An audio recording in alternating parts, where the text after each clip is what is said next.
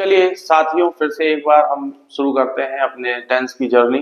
Tense में हम आज लेकर चल रहे हैं उस टेंस की तरफ जो कि हमें बीते हुए कल की याद दिलाएगा, पास्ट इंडेफिनिट को। राइट, पास्ट इंडेफिनिट होता क्या है इसको समझना बहुत जरूरी है, क्योंकि आप लोगों को ऐसा सिखा दिया गया है कि आ था, ई थी, ए थे तो बोले पास्ट इंडेफिनिट है, चुका था, चुकी थी, चुके थे तो बोले पास्ट परफेक्ट है। डिफरेंस किसी ने नहीं बताया कि पास्ट इंडेफिनिट एक्चुअली यूज कैसे होता है, पास्ट परफेक्ट एक्चुअली यूज कैसे होता है, कैसे उस चीज को यूज करना है, कैसे उस चीज को हमें जज करना है। क्योंकि एरर पोर्शन सॉल्व करने के लिए जब भविष्य में एरर पोर्शन में हम पहुंचेंगे तो हमें सबसे पहली चीज और इम्पोर्टेंट चीज दिमाग में रखनी होगी अपने बेसिक्स को। तो बेसिक्स के ऊपर मैं हमेशा जोर देता हूँ, आज भी दे रहा हूँ और हमेशा कहता रहूंगा, बेसिक्स को अपने सीने से लगा करके रखो, फिर देखना तुम मजा। तुम्हारा एग्जाम मतलब इंग्लिश देखने लगेगी गुरु, ये मान के चलना आप, ठीक है। चलिए, तो हमने जैसे देखा कि हमारे पास ये है past indefinite tense. Past indefinite tense होता क्या है ये चीज समझो बेटा, ये बहुत जरूरी है। ये हमारी देखिए टाइमलाइन, ये हमारी टाइमलाइन है, ठीक है। टाइमलाइन में हमारा एग्जिस्ट करने वाला पॉइंट कौन सा होता है, ये होता है, ठीक है। ये वाला एग्जिस्ट करने वाला पॉइंट होता है मतलब प्रेजेंट।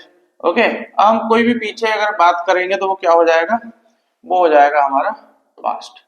तो ये सबसे पहला प्रेजेंट है और ये है हमारा पास्ट। इस इवेंट की मूवमेंट देखो बस आप, मूवमेंट में क्या बता रहा है वो कि प्रेजेंट में रहकर आप कब की बात करें, पिछली कोई बात करें, तो ये इवेंट क्या बनेगा, ये इवेंट बनेगा आपका प्रेजेंट टू पास्ट। क्या बनेगा, प्रेजेंट टू पास्ट। तो जब भी प्रेजेंट टू पास्ट मतलब प्रेजेंट में रहकर ही बात करेंगे, पास्ट में तो जा नहीं पाएंगे। जब भी इवेंट ऐसा बने कि प्रेजेंट में रहकर के हम पिछली कोई बात करना है, ठीक है, कोई भी पिछली बात, तो पास्ट इंडेफिनिट में बोलनी है, आपको लिखनी है और समझनी है, ठीक है। तो ये चीज आपको दिमाग में रखना है कि सबसे पहला जो है पास्ट इंडेफिनिट टेंस जो है वो हमारा बनेगा प्रेजेंट टू पास्ट वाले इवेंट से। चलिए, तो इसको हटा देते हैं ना, चलिए ये हट गया। अब ये बात समझ में आ गई कि भाई ये होता है। टाइमिंग भी पास्ट की आएगी, पास्ट की कैसे आएगी, आइडेंटिटी देख लेते हैं। आइडेंटिटी के बारे में देखिए, जैसे हमने कहा एगो, हमने कहा यस्टरडे, हमने कह दिया 2005, है ना, समझे, हमने कह दिया लास्ट नाइट, हमने कह दिया लास्ट डे। तो इस टाइप से ये जो आइडेंटिटीज होती है, टाइमिंग से आपको पता चल जाएगा आज का इवेंट कल का है, परसों का है, इससे क्लियर हो जाता है। टाइम ना भी दिया हो तो क्या होता है, second form of the verb. बहुत सारे बच्चों को ये प्रॉब्लम जाती है कि वो सेकंड फॉर्म और थर्ड फॉर्म में कंफ्यूज हो जाते हैं, ये सेकंड फॉर्म लिखा है, थर्ड फॉर्म लिखा है।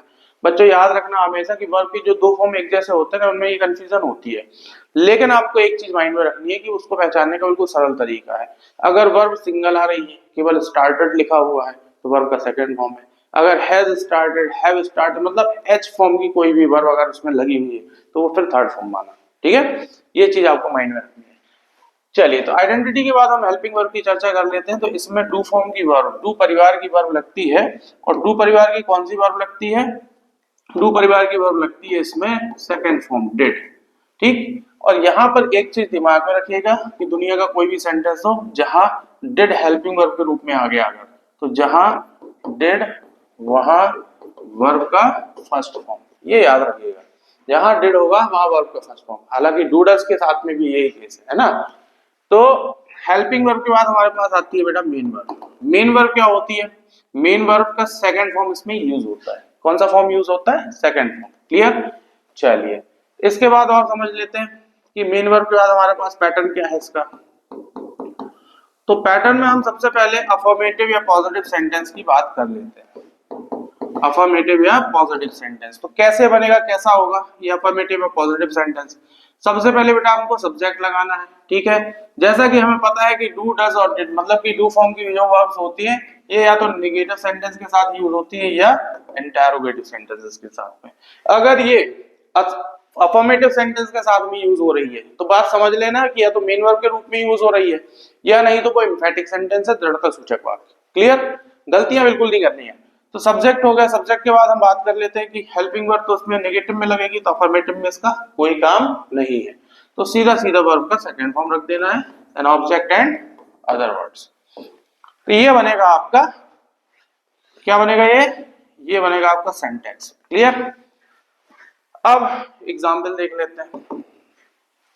जैसे कहा मैंने कि मैंने कल वहां खाना खाया, मैंने कल वहां खाना खाया, तो हम क्या बोलेंगे मैंने के लिए बोलेंगे आई। पता कैसे चला कि पास्ट इंडेफिनिट है? इससे पता चल गया, सिंपल सा, कल मतलब यस्टरडे, बीता हुआ कल है भैया, है ना, आने वाला कल होता तो यहाँ पे गागे दिया जाता, ये मान सकते हो थोड़ा सा। तो आई के बाद ईट का जो सेकंड फॉर्म होता है वो एट होता है, आई एट, क्या खाया भैया? फूड। ठीक है ना? अब दिमाग में रखना, वही बेसिक देखिए यहाँ पे काम आ रहा है कि यहाँ पे समय लिखा है, यहाँ पे प्लेस लिखा है, ठीक, तो हमें पहले क्या लिखना है, तो इसमें हमें तुरंत दिमाग में रख लेना है एमपीटी। क्या रख लेना है? Empty, manner, place and time. तो प्लेस और टाइम आता है तो सबसे पहले प्लेस रखेंगे फिर टाइम रखेंगे।